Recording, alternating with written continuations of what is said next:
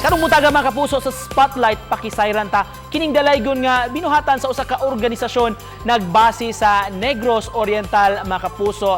Nag-promote ni sila og pag-recycle ug pag-upcycle sa mga butang aron makaproduce ug maanindot kaayo nga mga accessories ug mga jewelry. Magpakisayod ta kabahin ini mga kapuso, makauban nato usa sa nagpasiugda sa ilang grupo, si Ma'am Becky Stanbridge. Good morning, Ma'am Becky.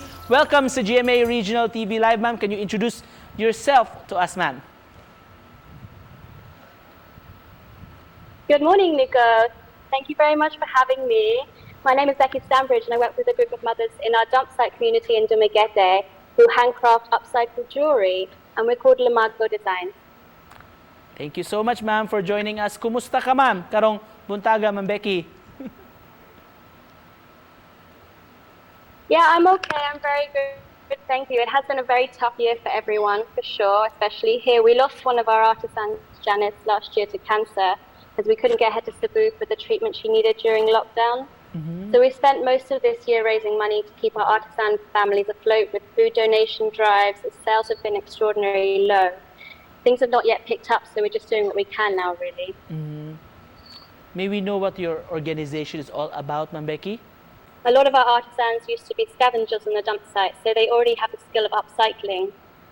Alongside workshops and employment, we provide skills and tools such as interest-free loans, savings programs, healthcare and medication, and other things like that to enable this community to empower themselves out of poverty.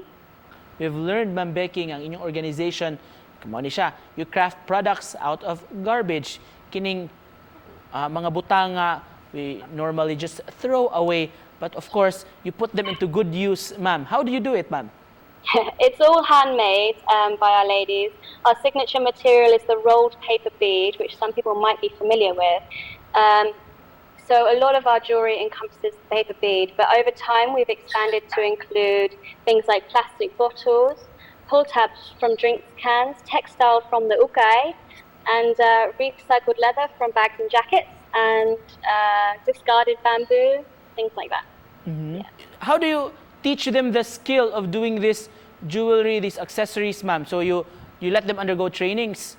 We get loads of inspiration from different places, have lots of pictures everywhere of the trends and the jewelry, and we just have all the materials there in front of us and we work together and put designs together.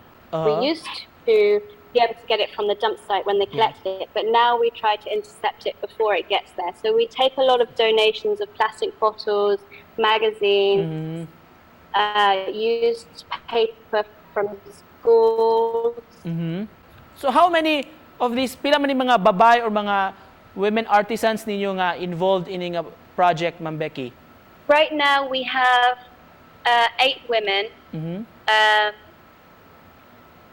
all living in that community. We started with 12, and we've actually had success stories over the years. So they've actually sent their kids through school, through college. They're now out and working, and so it becomes more of a hobby for the ladies. Finally, Ma'am Becky, your message to all our viewers to cap this conversation this morning.